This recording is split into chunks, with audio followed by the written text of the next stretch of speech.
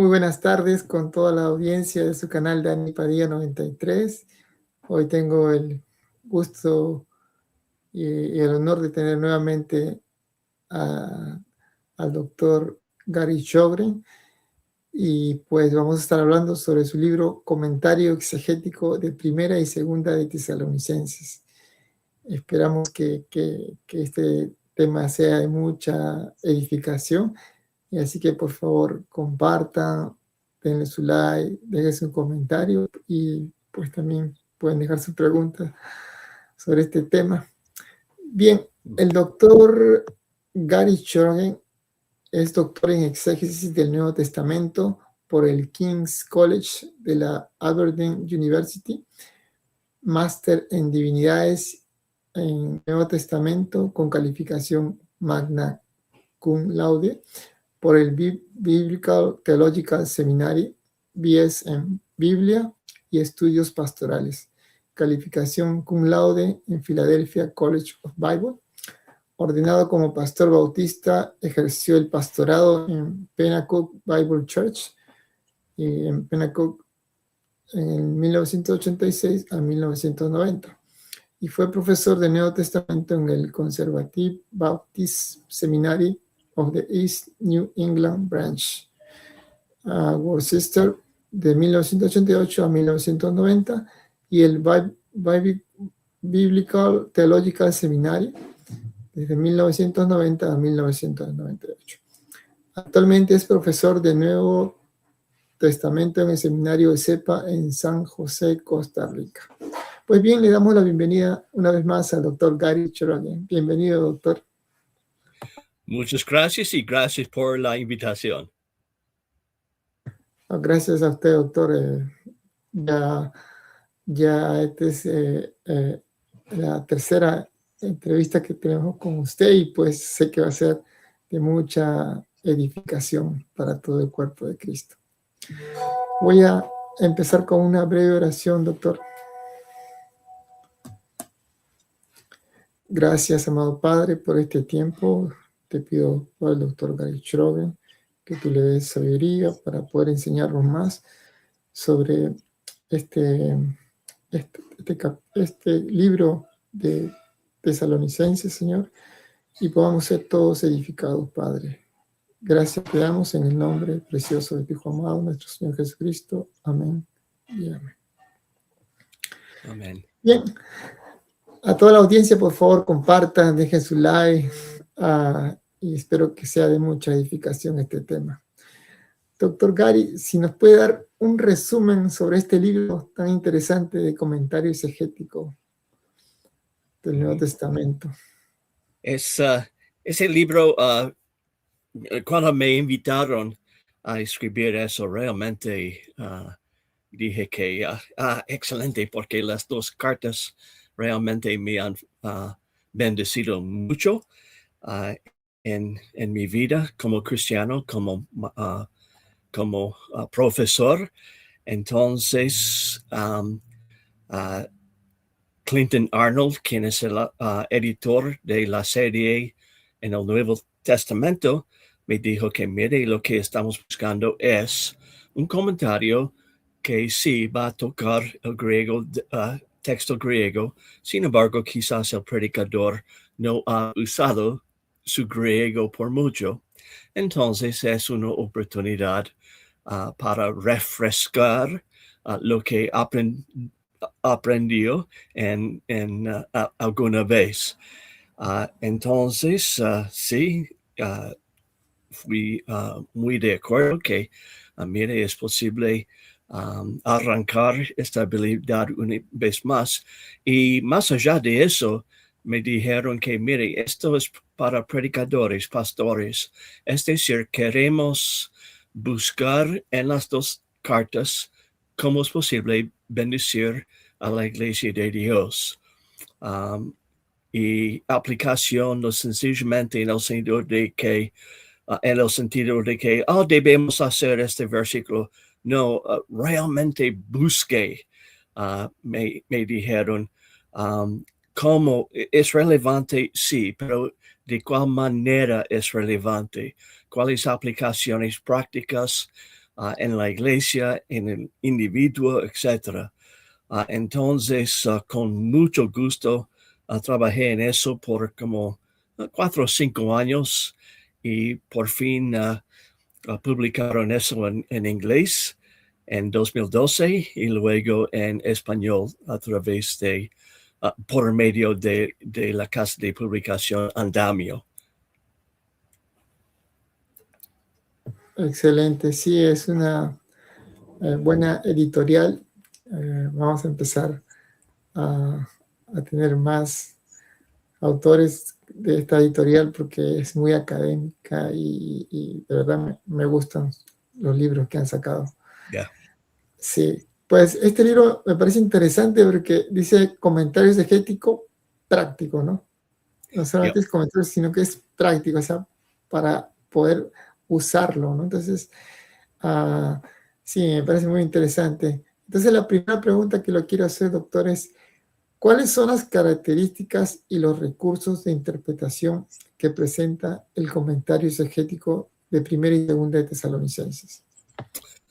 Bueno, es posible estudiar 2 cartas y decir que, esta palabra significa eso, esa palabra eso, pero la idea ahora en comentarios de nuestro día, la idea es que, no, mire, debemos tratar de trazar el argumento o el mensaje de la carta entera. ¿A dónde va Pablo con eso? Entonces, como este párrafo tiene conexión con el párrafo anterior y lo que sigue.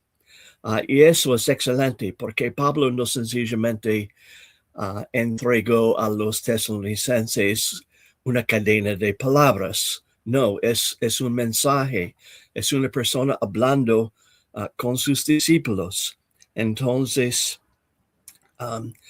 realmente tratan de presentar eso como él quería. Y también usted dice que es un comentario práctico, como yo dije antes. A veces cuando decimos eso, es un comentario práctico, y la implicación es que no es muy profundo. No, para mí, realmente buscar lo práctico en un libro bíblico es mucho trabajo.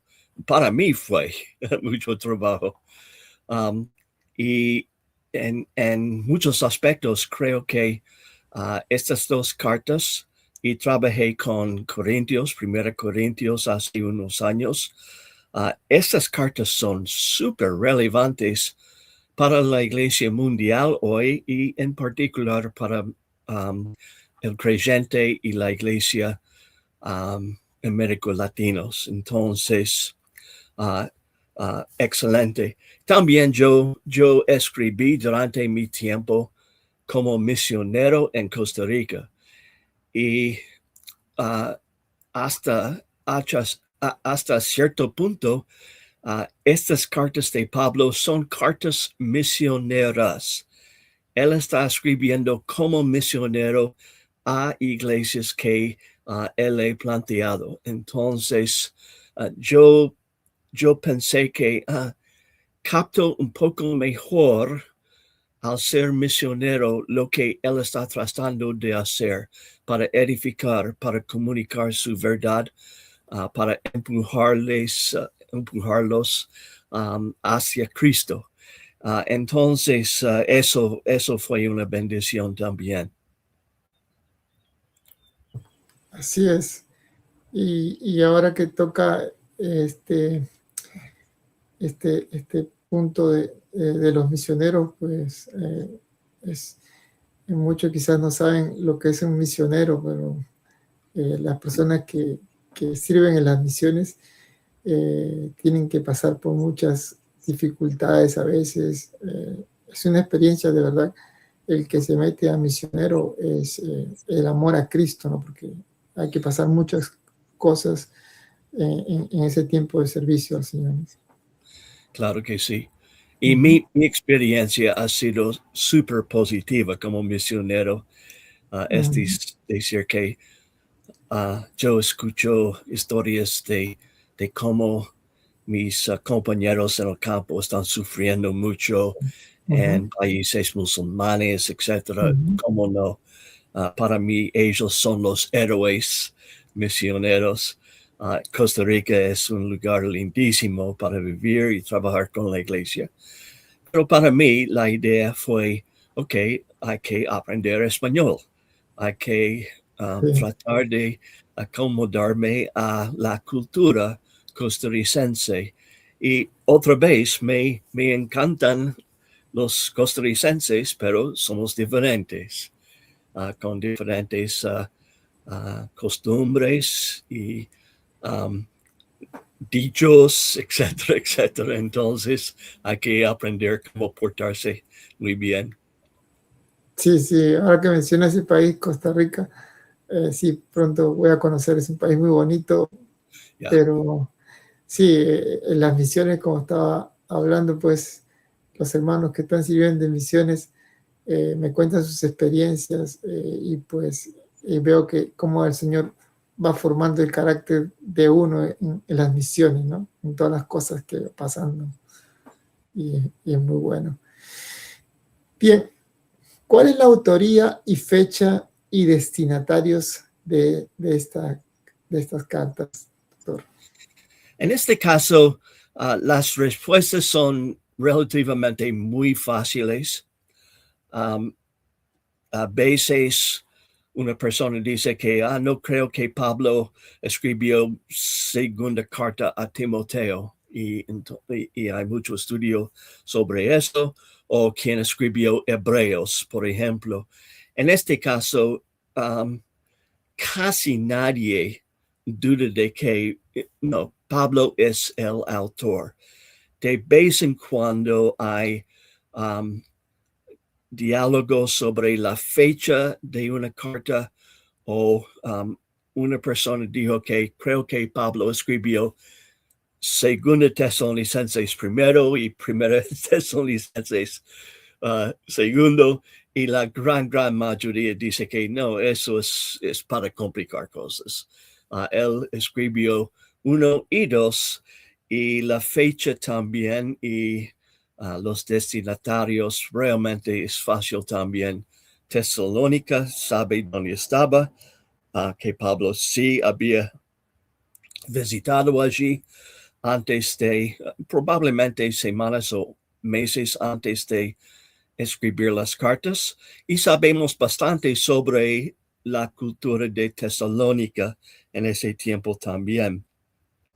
La manera de fechar las cartas es que en Hechos sabemos que Galión era el gobernador romano de Corinto, y que Pablo escribió sus cartas más o menos en el tiempo de Galión.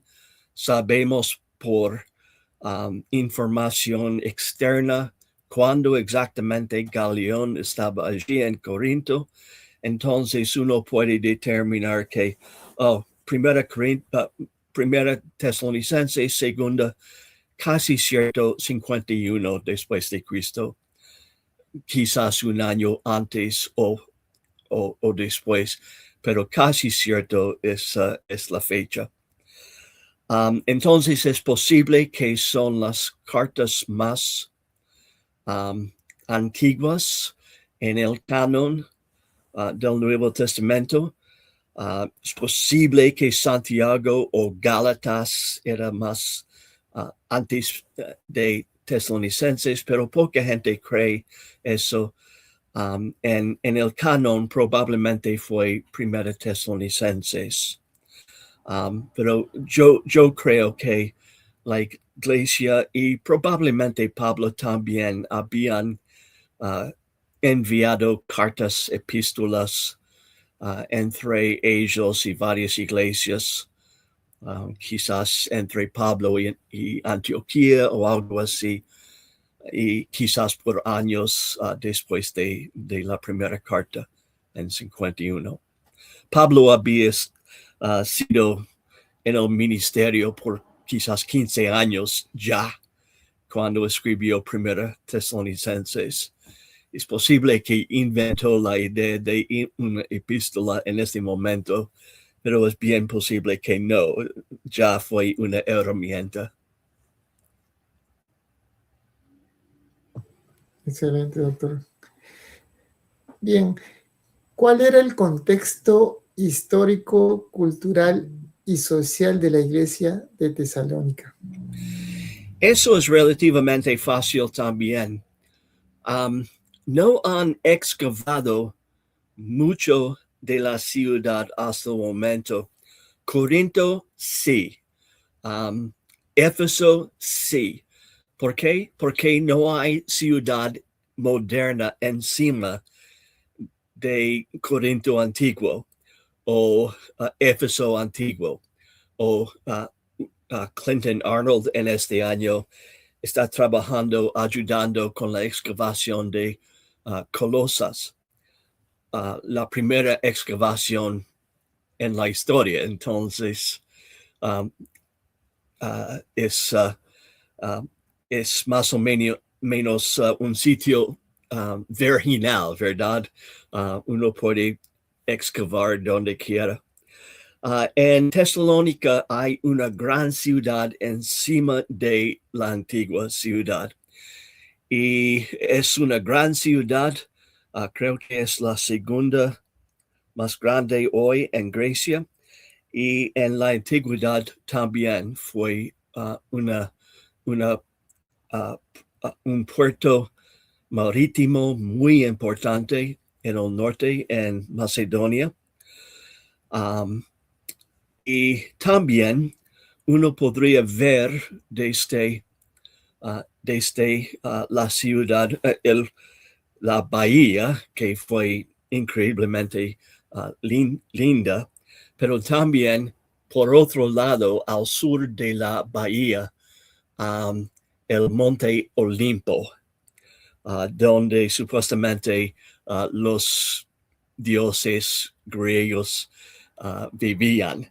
Entonces, la gente podía ver, orar en esa dirección cada día, quizás tomar una peregrinación al templo allí, ir para los Juegos Olímpicos cada unos años, etc.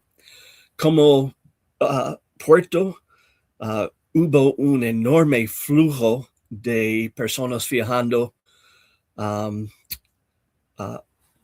en barcos, pero también en la calzada romana. Entonces fue un sitio como Corinto y Antioquía y Éfeso, donde siempre hay gente viajando por todo lado. Es decir, que al dejar una iglesia en Tesalónica, es posible que hay gente que va a llegar, encontrar a Cristo allí en la ciudad, convertirse a Cristo, salir en su barco o caminando a su propia ciudad y llevar el evangelio a un lugar nuevo. Y eso es lo que Pablo típicamente trataba de hacer. Una ciudad grande con mucha gente viajando, con barcos, con mercancía, con una sinagoga, ¿ok?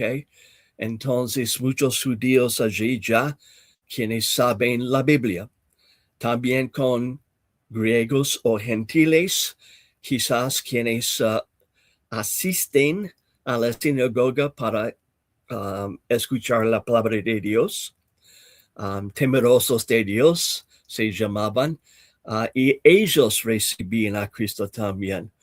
Entonces fue como la gasolina para tener como esta explosión del evangelio. Y Pablo dice que de hecho es lo que sucedió. Hay cristianos que salen de Tesalónica para llevar el evangelio por todo lado. Wow, qué bueno. Interesante.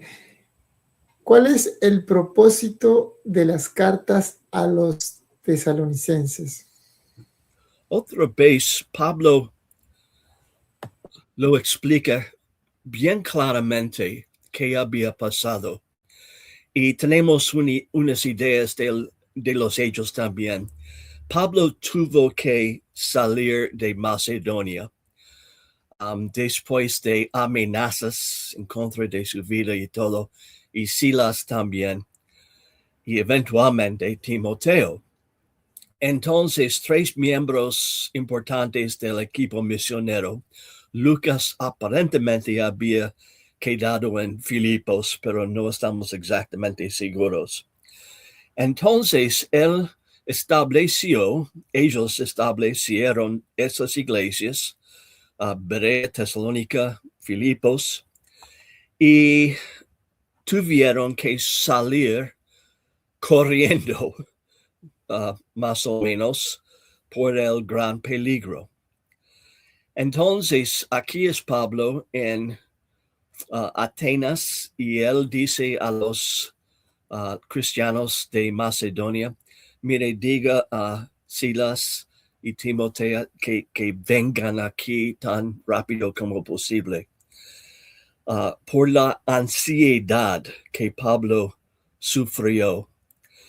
Y hay ansiedad que es pecaminosa, pero ansiedad que surge del amor que alguien tiene para una persona. Y tenemos este tipo de ansiedad en Tesalonicenses. Pablo tenía mucho miedo de que Satanás o los enemigos de la iglesia habían destruido la obra de Dios en Tesalónica. Entonces él está esperando. No hay noticias de Tesalónica. Aparentemente lo que pasó es que él y Silas decidieron enviar a Timoteo al norte. Fue un viaje de 2 semanas caminando para determinar cuál era la situación, cómo es la iglesia, sobrevivieron o qué pasó. Entonces él fue. Ellos están esperando en 1 de Tesalonicenses, fin de capítulo 2, tercer capítulo del principio. Estamos esperando a Timoteo. ¿Dónde está Timoteo? Y por fin él llega. Timoteo, ¿cómo está todo? Todo bien. Sobrevivieron, florecieron. Y cuántas lágrimas, ¿verdad? Dios está trabajando en Tesalónica. ¡Qué alivio! Entonces, por eso hay tanto gozo en esta carta, más que en Filipenses, en mi opinión. Entonces, Pablo dice que, Timoteo, ¿quiere ir una vez más al norte? ¿Tomar este riesgo? Entonces él fue, pero esta vez él fue con una carta, primera Tesalonicenses en su equipaje. Regrese a la iglesia, entregue esta carta, léasela, y luego dígame su reacción, regrese aquí a Corinto. Muy bien. Él sale una vez más, quizás 4 o 6 semanas luego. Timoteo regresa y dice que ellos siguen bien. Tienen otras preguntas, pero no hay pánico. Excelente. Entonces, esas cartas son una respuesta a un problema muy específico. cómo ser pastor a una iglesia cuando yo no puedo ir a la ciudad. Hoy en día usaríamos el teléfono o volar así, o correo electrónico, algo así. Pero hace 2000 años fue un mensajero, una persona física, quien tomaba que llevar una carta. Entonces, Timoteo como mensajero, como enviado para Pablo.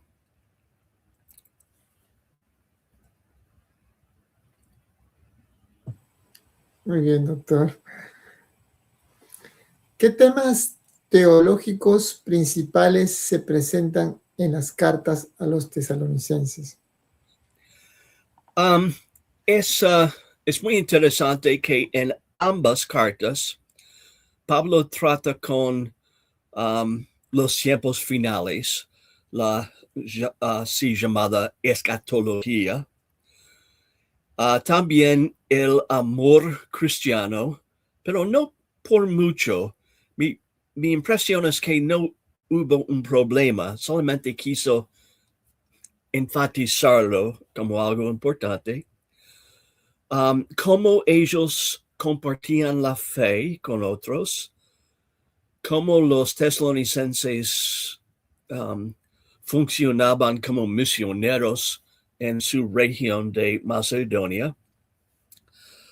También él habló en ambas cartas sobre la ética de trabajo, específicamente cómo Pablo trabajaba con sus propias manos y ellos deben hacer lo mismo. Y a veces hay que adivinar exactamente qué era el problema. Hay pereza en la iglesia de Tesalónica.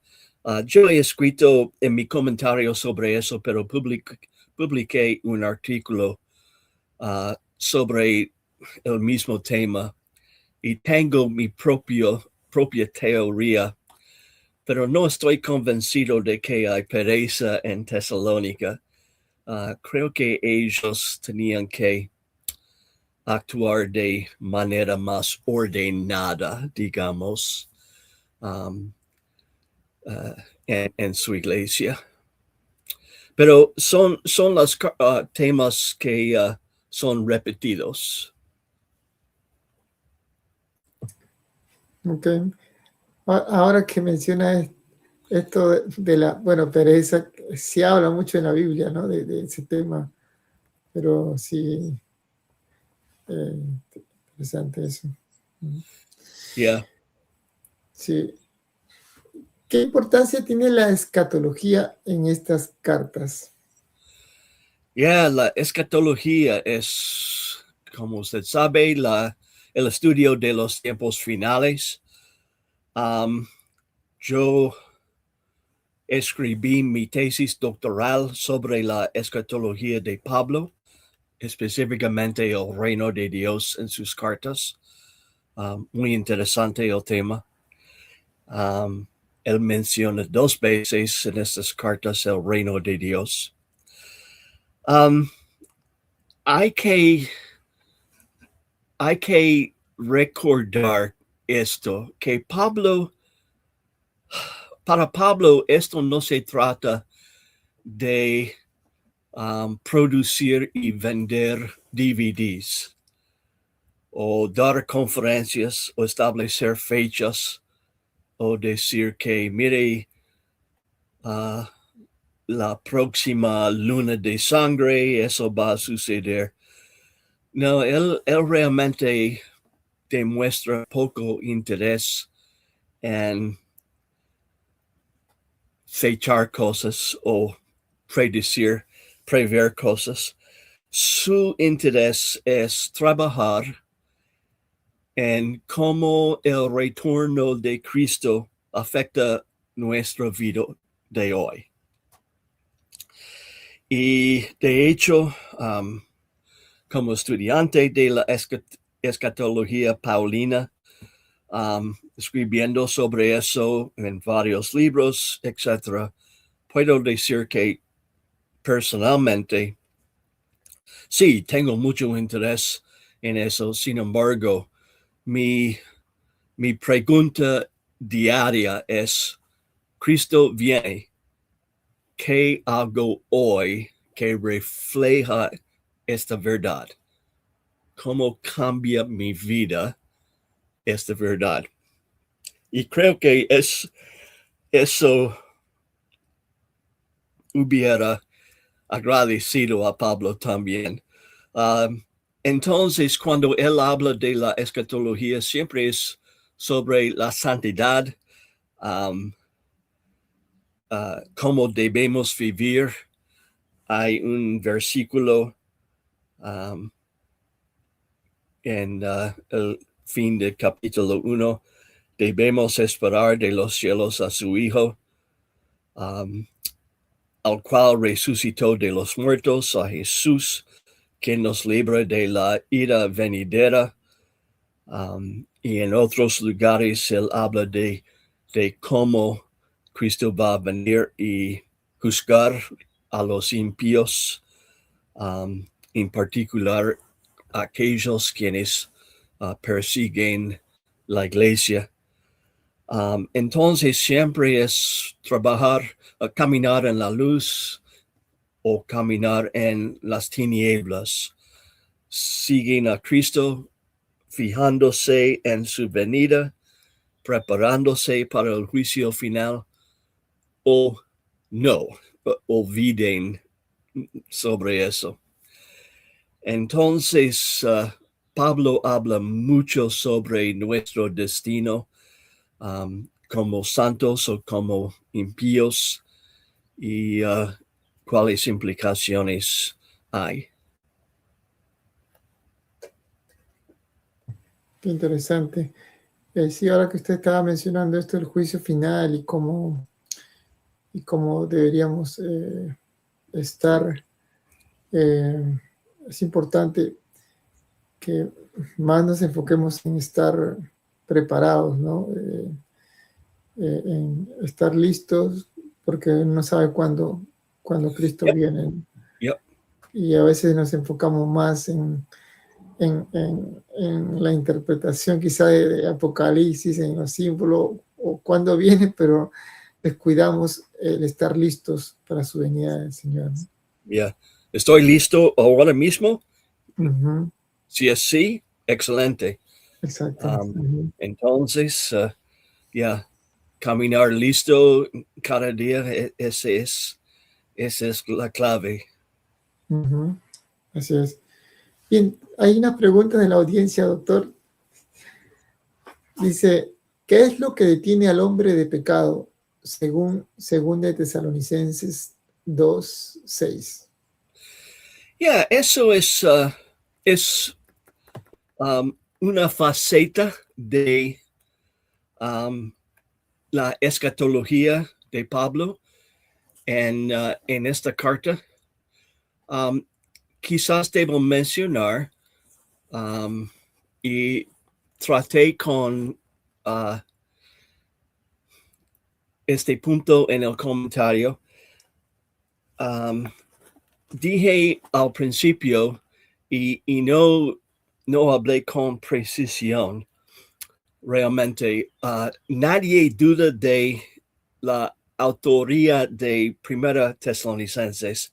Sin embargo, ciertos eruditos de Alemania dicen que Pablo no escribió Segunda Tesalonicenses. Entonces yo debo mencionar eso. Y una de las razones es porque dicen que, mire, hay ciertas contradicciones entre la escatología de la primera carta y la de la segunda carta. Y este hombre de iniquidad es uno de sus títulos, o la manifestación del hombre de pecado, hijo de perdición. Pablo no menciona a esta persona en la primera carta, entonces probablemente alguien décadas después de Pablo escribió esta segunda carta reinterpretando a Pablo. Eso no me convenció. Si alguien tuvo buenos argumentos en esa dirección, bueno, sería una cosa. Pero Pablo no enseña cada cosa en cada carta. Él no habla de la Santa Cena en 2 Corintios, pero sí en 1 Corintios. Y entonces, si él habla del hombre de pecado en la segunda, no en la primera, eso para mí no es tan raro, pero bueno. Hombre de pecado es lo que tenemos en la literatura judía.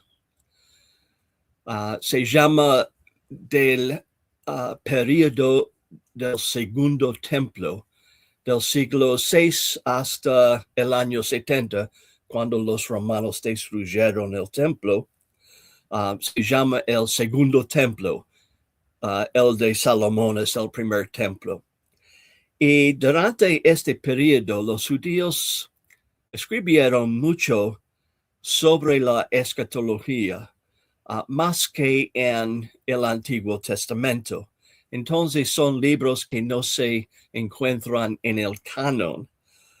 Libros como Primer Enoch, libros como los 12 patriarcas, libros que nos encontramos encontramos en Qumran, por ejemplo.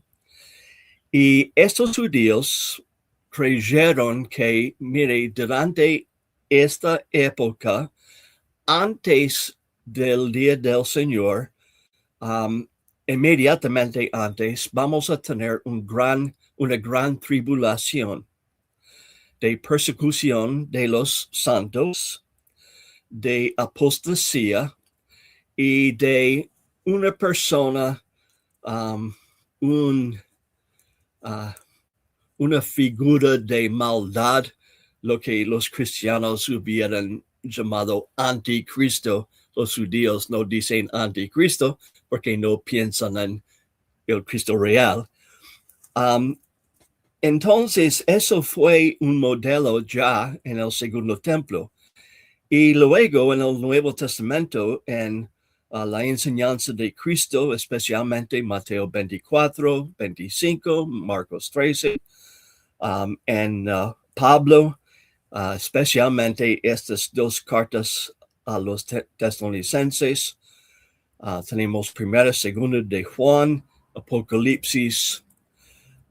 Tenemos esta idea de la persona final, quien es la encarnación de maldad final en nuestra época. En la enseñanza de Jesús tenemos lenguaje como abominación que causa la desolación. En Pablo, hombre de iniquidad o hombre de pecado, hijo de perdición. Parecen la misma persona, diferentes títulos. Juan usa la palabra anticristo un poco diferente, porque él dice que si un anticristo, el gran anticristo vendrá, sin embargo, hay un espíritu del anticristo quien causa herejía en nuestro día. Hay gente saliendo de la comunión de Cristo, negando su encarnación, etc. Entonces, este es anticristo. Y por supuesto, en el Apocalipsis tenemos dos bestias y hay diálogos sobre, pero ¿cuál bestia es el anticristo? Entonces, tenemos esta persona quien es más o menos, como dije, la encarnación de idolatría. Si la idolatría, primer y segundo mandamiento en los dos mandamientos, es lo peor, rechazar a Dios, adorar a un ser humano, a un animal, estatua, ídolo, etc. Romanos 1 tenemos mucho de esto. Entonces, si es el pecado más horrible, entonces esta persona va a llegar y mostrarnos cómo hacer esta cosa más horrible. Entonces él va a exigir que nadie adore a nada en vez de él, una persona. Bueno, entonces la Biblia no es exactamente clara en todos los detalles. Parece que es un ser humano, pero no sabemos. Más allá de eso, tenemos y voy a pegar eso a esta pregunta. La palabra apostasía en 2 Tesalonicenses 2, apostasía y el hombre de pecado. Apostasía es una palabra que viene del griego y significa rebelión o abandonamiento. Puede ser rebelión política en el griego, pero típicamente en literatura cristiana judía, apostasía significa, y se pronuncia igualmente en griego, la apostasía significa la rebelión contra Dios. Entonces, parece que en los últimos días no solamente tenemos este anticristo, bestia, abominación, hombre de pecado, pero todo un movimiento cuando gente va a abandonar la fe cristiana a favor de este ídolo. Y Cristo habla de mucho de eso en Mateo 24. Falsos profetas, falsos mesías, etc. Gran peligro. Y si fuera posible, ellos van a engañar hasta los elegidos. ¡Wow! Entonces hay que siempre mantener el cuidado y todo, porque aparentemente eso será súper engañoso, con muchas indicaciones de que fulano de tal realmente es Jesús.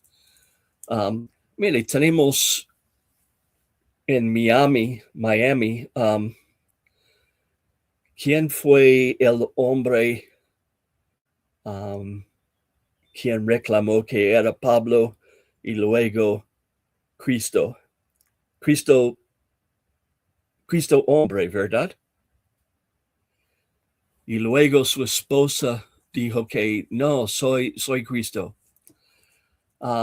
Sí, y ellos engañaron, ¿qué? ¿Cuántas personas? Miles quizás, pero no es un movimiento masivo.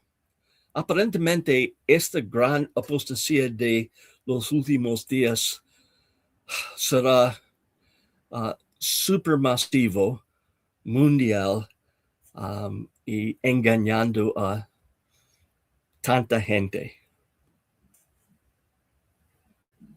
Wow. Para tener mucho cuidado, ¿no? Siempre. Bien. Sí, acá hay unas preguntas, doctor. Una de ellas es, ¿las cartas de Pablo son dirigidas a misioneros o para la iglesia?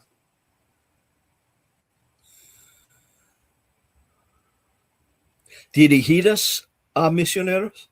Sí, ¿son dirigidas a misioneros o para la iglesia? Es la pregunta. Nunca he escuchado esta pregunta, creo. Em, pero creo que tengo una buena respuesta. A cada creyente, Ujú. los misioneros quizás van a ganar ayuda de ciertas cosas, pero cada creyente, cada libro de la Biblia es para ti.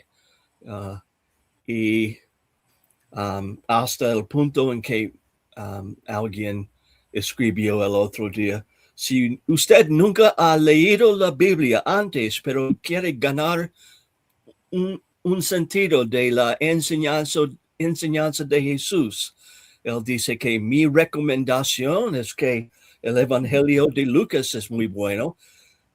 Entonces empiece allí, si quiere.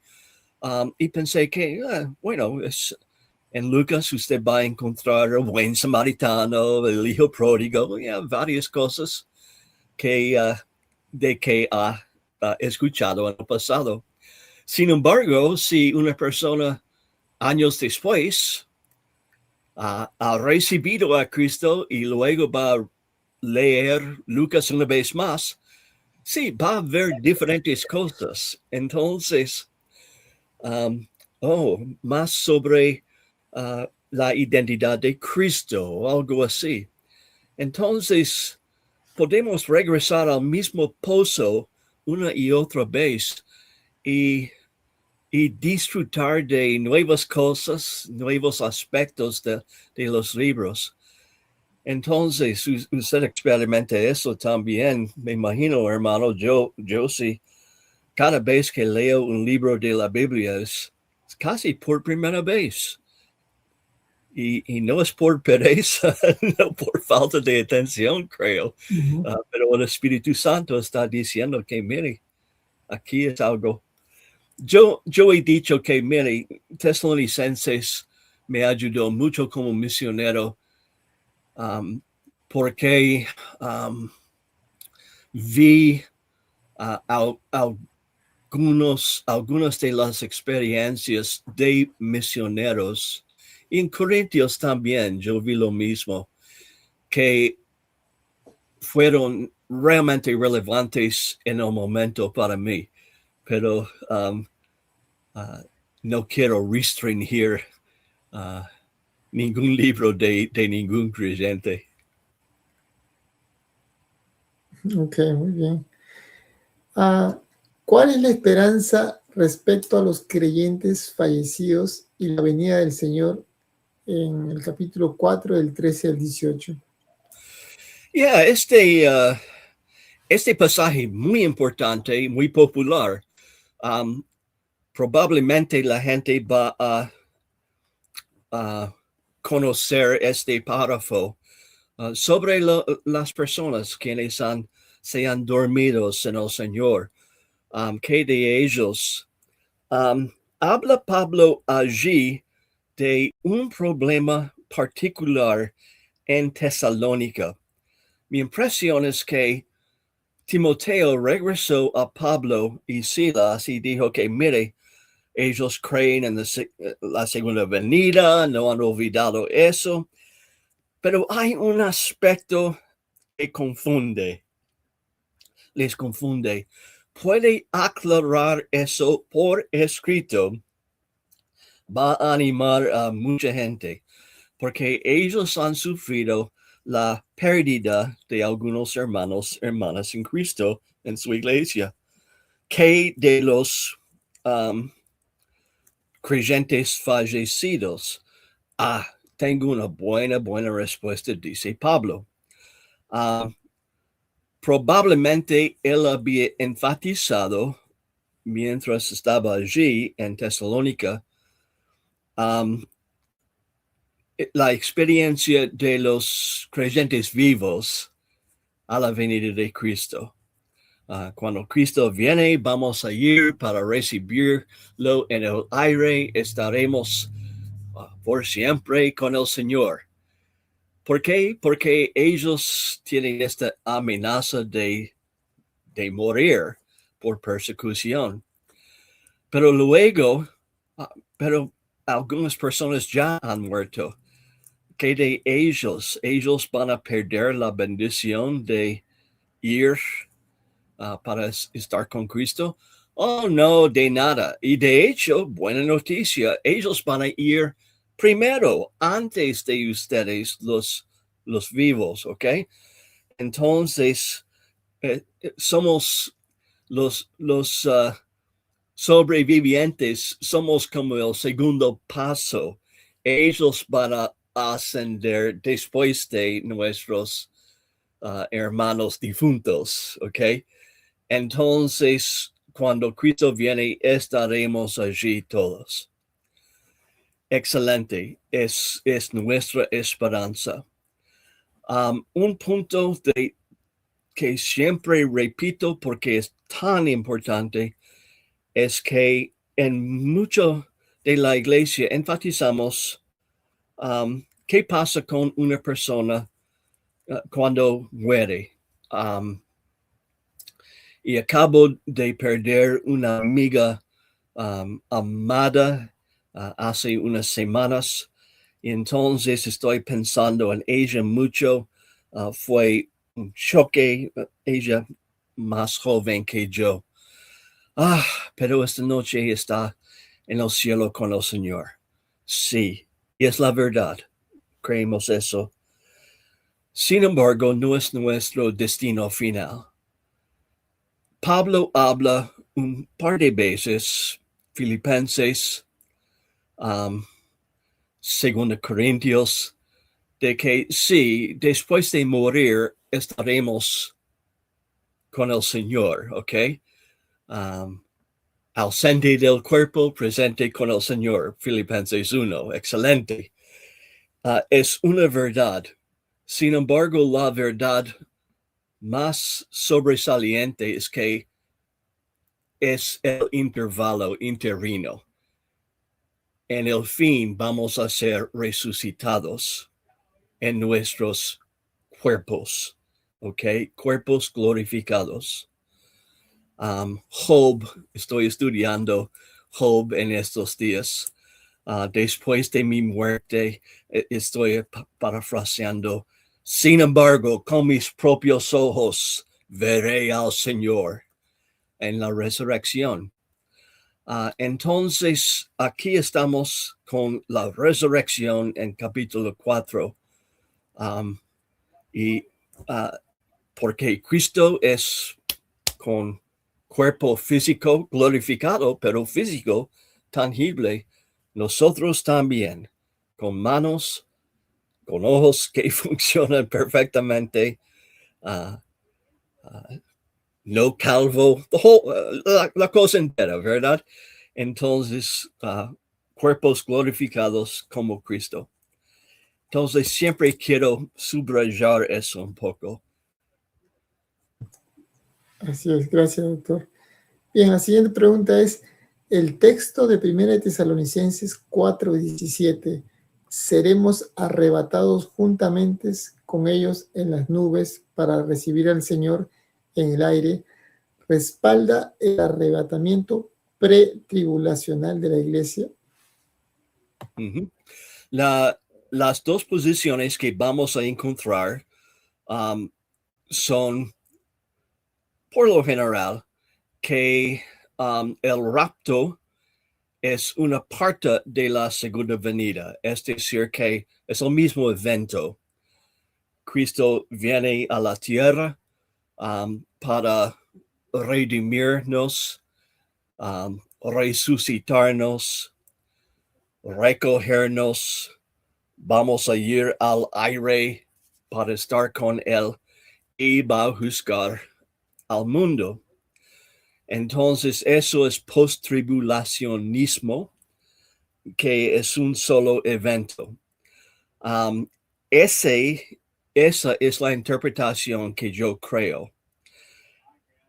Y he creído en esta posición y en pretribulacionismo en varios tiempos de mi vida. Entonces he estudiado ambos. Y entonces tengo simpatía con las dos interpretaciones.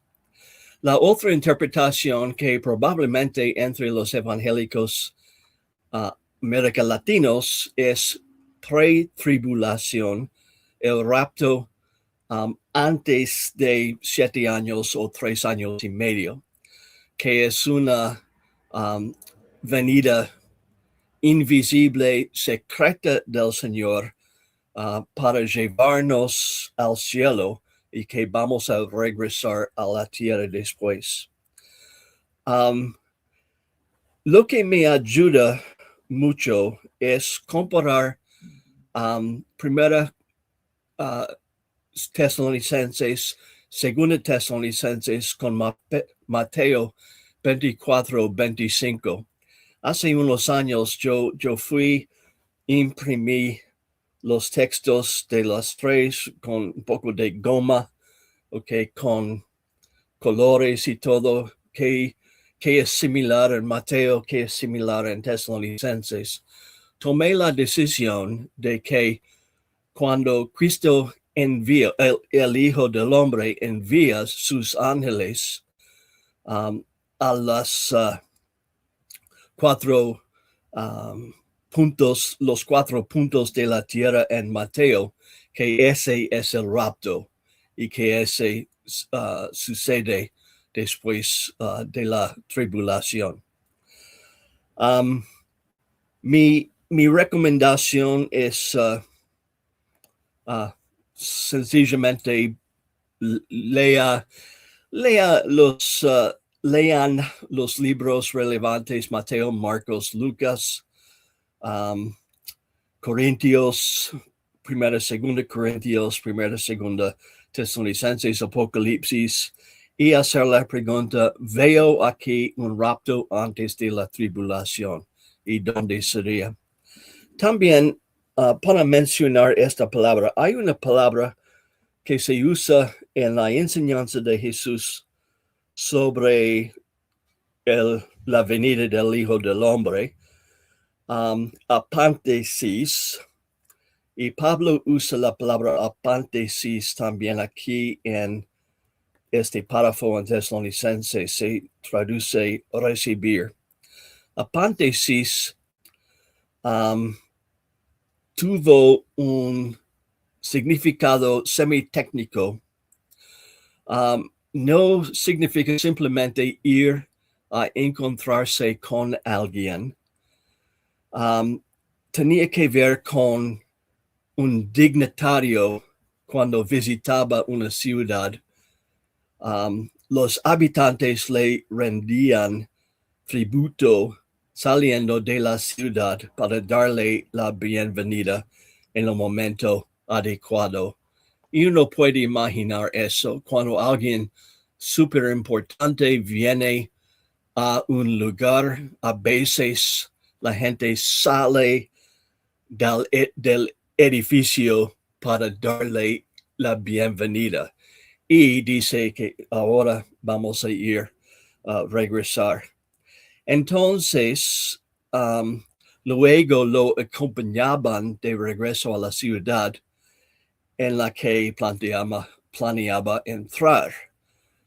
Esto es lo que sucede en Juan 12:13, donde la multitud el domingo de Ramos sale de Jerusalén para recibir apántesis a Jesús y acompañarlo de regreso a la ciudad. Entonces tomo eso en el sentido de que vamos al aire para dar honra a Jesús como nuestro Señor y vamos a acompañarlo y regresar a la tierra con él para su entronización como el Señor. Excelente, doctor. Hay una pregunta más justo del arrebatamiento pretribulacional. Dice, el texto de Tesalonicenses 5:9, porque no nos ha puesto Dios para la ira, respalda al arrebatamiento pretribulacional. Es una manera de explicarlo, pero creo que estudiando el vocabulario de Pablo, no es tan contundente. Por ejemplo, en el versículo que ya leí hace como 45 minutos, Jesús nos rescató de la ira venidera. La ira venidera. No hay indicación en este párrafo que Pablo está diciendo, Dios no nos ha designado para pasar por la tribulación. Ira venidera es más una descripción del día de juicio. Y Pablo la usa así en Romanos 2. Pues se acerca el día de la ira, en el cual se manifestará el justo juicio de Dios. Él juzgará a cada uno según lo que haya hecho. Dará vida eterna a los que siguen haciendo el bien, pues de esa manera demuestran que buscan la gloria y el honor, la inmortalidad que Dios ofrece, pero derramará su ira y enojo sobre los que viven para sí mismos, los que se niegan a obedecer la verdad, y en cambio viven entregados a la maldad. Es decir que hay dos destinos, la ira de Dios o la vida inmortal. Y me parece que ira de Dios es el juicio final, no la tribulación de 7 años. Ok, muy bien, doctor. El texto de Tesalonicenses 5:23, Dios os santifique por completo todo vuestro ser, espíritu, alma y cuerpo, sustenta exegéticamente la dicotomía o la dicotomía del ser humano. Buen punto. Y es una linda bendición, porque realmente es el deseo del apóstol de que tenemos santificación en la totalidad de nuestro ser. Y por eso es muy popular en la iglesia usarlo. Ser, espíritu, alma y cuerpo. La pregunta es que, son los componentes de nuestro ser 3 partes, o no, o tenemos 2 partes como alma, espíritu y cuerpo. No estoy seguro de que respalde ninguna. Algunos griegos filósofos enseñaban una tricotomía, creo que fue Platón. Y algunos cristianos por muchos siglos también, que el espíritu humano, no Espíritu Santo, espíritu humano se relaciona con Dios, que el alma tiene que ver con la mente, los sentimientos del individuo, y por supuesto el cuerpo es el recipiente de la persona en el tiempo y el espacio. Mi impresión es que alma y espíritu son intercambiables en muchos pasajes. Por ejemplo, el alma es lo que se relaciona con Dios, bendice alma mía al Señor. Una frase muy importante. Pero en Salmo 32, bienaventurado el hombre a quien Jehová no culpa de iniquidad y en cuyo espíritu no hay engaño. Es decir, que el espíritu trata con nuestros pensamientos o algo así. No sé, mi impresión es que probablemente Pablo no está diciendo que hay 3 partes, no más, no menos, porque luego podríamos decir que, pero nuestro Señor dijo que debemos amar al Señor con todo nuestro ser, y Él tiene como 4 cosas allí. Corazón, mente, lo siento, estoy pensando en 3 idiomas, fuerza y cuerpo, ¿verdad? Entonces tenemos 4. Sí, espiritual y cuerpo. Tenemos 4 partes, o 3 o 2. Mi impresión es que versículos como estos dicen que, mire, lo que sea, 100% de su persona es lo que Dios merece. Ok, entonces dedíquese completamente a Él. Bien, la descripción de la manifestación del Señor Jesús desde el cielo con los ángeles de su poder acontecerá después de la gran tribulación en su segunda venida, en primera de Tesalonicenses del 7 al 10.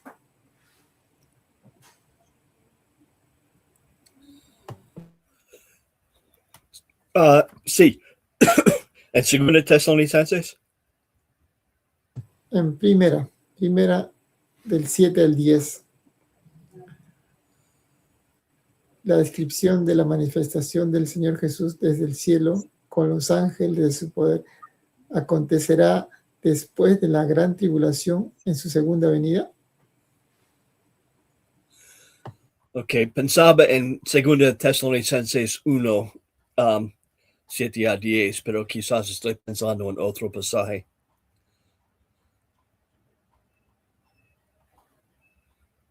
Sí, es sobre cuando habla de después de la gran tribulación en su segunda venida.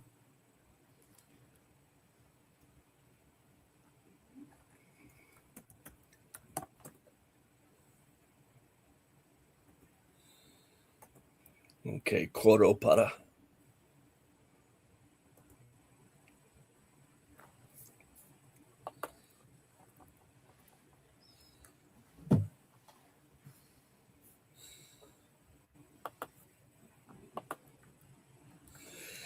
Todavía lo tengo en 2 Tesalonicenses.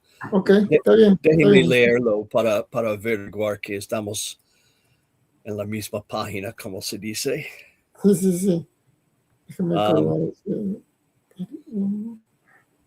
Y a vosotros que sois atribulados, daros reposo con nosotros cuando se manifiesta el Señor Jesús desde el cielo con los ángeles de su poder.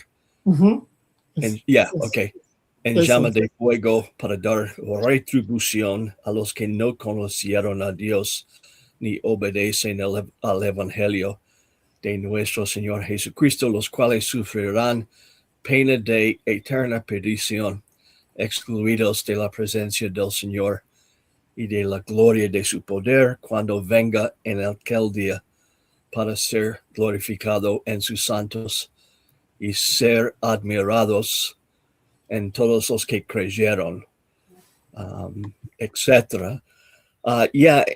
Yo entiendo este pasaje como la segunda de Cristo después de la tribulación. Y lo que el pasaje aparentemente está haciendo es decir que, mire, ustedes los creyentes, ustedes creen en Cristo, entonces tienen la esperanza de salvación. Hay gente que rechaza la salvación, y más ellos están persiguiéndolos, entonces como un doble pecado allí. Para mí es una lástima, es un pasaje a veces descuidado, porque realmente une las dos epístolas.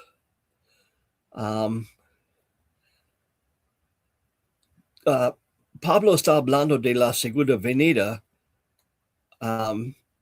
pero en Primera Tesalonicenses realmente no describe mucho el periodo de tribulación.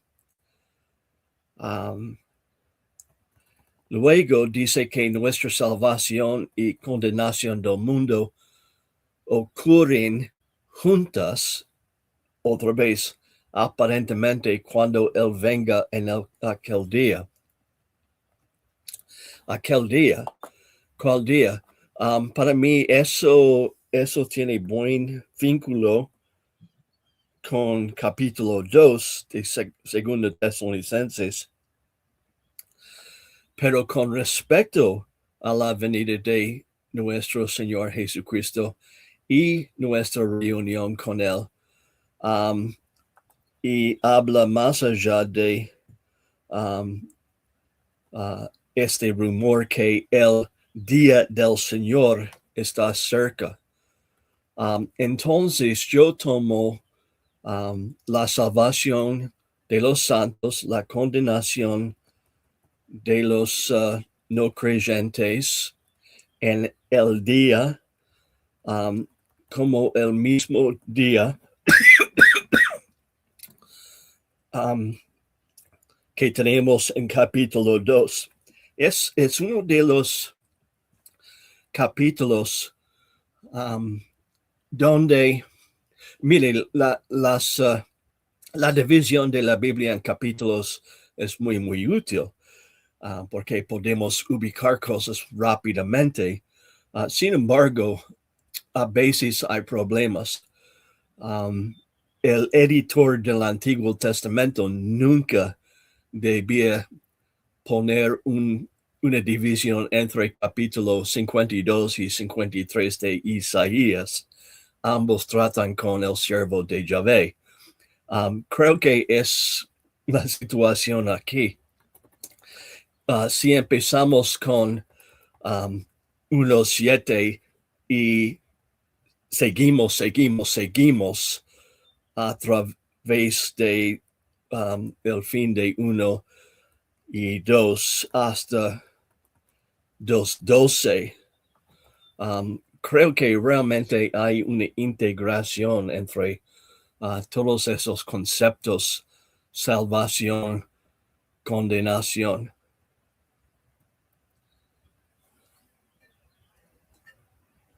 Ok, doctor, gracias.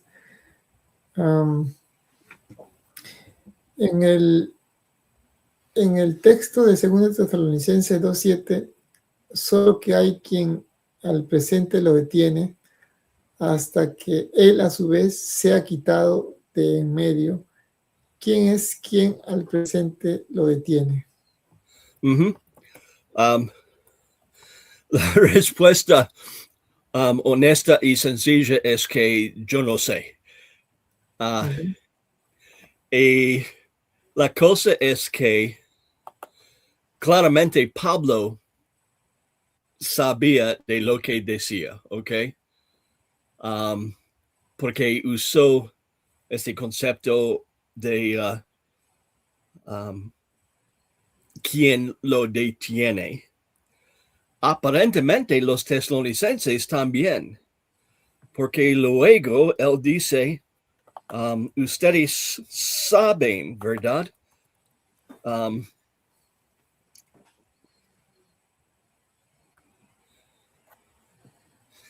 Ahora vosotros sabéis lo que lo detiene. Entonces yo, Pablo, sé, ustedes, tesalonicenses, saben, ¿por qué? Porque les dije durante mi visita hace unos meses. Y durante este párrafo estoy pensando, ¿por qué no escribirlo, Pablo? Porque ustedes saben, pero están hablando de un secreto que yo, un lector en el siglo XXI, no entiendo. Bueno, si es una de las cosas, si fuera tan importante, Pablo hubiera dicho algo, ¿ok? Es este ángel, es este espíritu, es el Espíritu Santo, es la iglesia, es esto. El hecho de que no dijo nada probablemente significa que no tenemos que saberlo para entender su punto aquí. Algo bloquea, ¿ok? El hombre de pecado. No recuerdo el número, hay como 14 interpretaciones de lo que detiene o el que detiene. Porque sí, hay un intercambio entre lo y él en el pasaje. Es el imperio romano, es Pablo mismo, es la predicación del evangelio, es el Espíritu Santo, no, es la iglesia, no, es esto, es eso, es eso. Y uno podría establecer un argumento a favor de todos ellos, todos tienen una lógica, pero mi impresión es que ninguna explicación gana, ¿ok? Ninguna respuesta gana 51% o la mayoría de los votos. Una interpretación que ha ganado atención en los últimos 10 años que a mí me lleva la atención es que es un ángel como Miguel. ¿Por qué? Porque Pablo está usando lenguaje que es similar a lo que tenemos en el libro de Daniel. Y tenemos en Daniel esta lucha entre los arcángeles, ¿verdad? Y Miguel está previniendo la venida de otro ángel. Es esta lucha en el mundo invisible. Suena lógico, pero yo no dependo de esta interpretación. No tengo ninguna idea, honestamente. Vamos a ver. Así es, hay cosas que en la Biblia no son muy claras, ¿no? Yep. Entonces no se puede decir lo que la Biblia no dice y me parece correcto, doctor. Yep. Y está bien. Si no es claro, Dios sabe lo que necesitamos. Así es. La alimentación que nos da es suficiente. Y especialmente con la escatología, a veces tenemos un apetito poco saludable. Queremos saber cosas. ¿Cuál es el día de la semana cuando Cristo va a venir? ¿Cuál es el mes? Y creo que el apóstol hubiera dicho que, mire, está caminando con Cristo hoy, ya, es suficiente, ¿ok? Haga eso. Y trato de tener eso como mi lema también. Así es, porque ha habido incluso teólogos que han dicho en qué mes y todo va a venir Dios, y entonces después han sido muy criticados y al final se han tenido que retractar, ¿no? Por decir algo que la Biblia no dice, ¿no? Durante mi vida, yo tengo 68 años y yo escuché por primera vez en el año 72, ¿ok? Hace 50 y pico años. La fecha de la venida de Cristo es tal, tal y tal. ¿Cómo sabemos eso? Well, tengo mis secretos y todo, mis calculaciones, álgebra y todo. Y casi cada año desde ese año he visto por lo menos una predicción de que es este año. 74, 5, 6. Yo, testigos de Jehová aquí, mormones de acá, predicadores bien conocidos, quienes supuestamente conocen sus Biblias realmente bien. Yo conozco una persona quien ha fechado la segunda venida en el otoño en los Estados Unidos, otoño de los Estados Unidos, creo que 8 años de los últimos 10. Y se me ocurrió cuando me preparaba para esta charla, debo ir para ver qué está diciendo sobre el año 26. Y quién sabe, será algo realmente extraño, puedo garantizarlo. Sí, sí, así es. Por eso es prudente no, si la Biblia no dice algo, no mencionarlo, y así pues todos sabemos que Dios por alguna razón no lo quiere decir en su palabra. Es para nuestra salud, no adivinar, no jugar con esto. Así es, así para es. nuestro bueno. Pues bien, muchísimas gracias, doctor, por esta entrevista, tocar este libro tan interesante, que aquí lo mostramos nuevamente, Comentario Exegético práctico, muy recomendado para tenerlo, así que toda la audiencia no debe faltar en su biblioteca de estudio, ¿no? Gracias. ¿Puedo dejar un... Sí, sí. Mi sitio web? Yo tengo un nuevo sitio web. Claro, que doctor, menciónalo. Contiene todos mis libros y Sí. cómo comprarlos.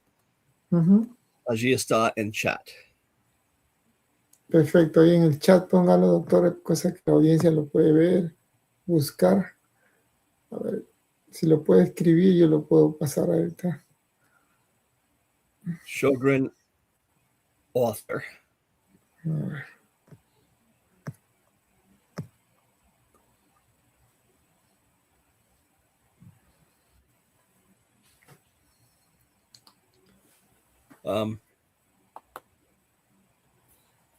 Perfecto, ahí, ya, allí está. Ahí está, ahí voy a pasarlo. Y allí todos mis libros en español.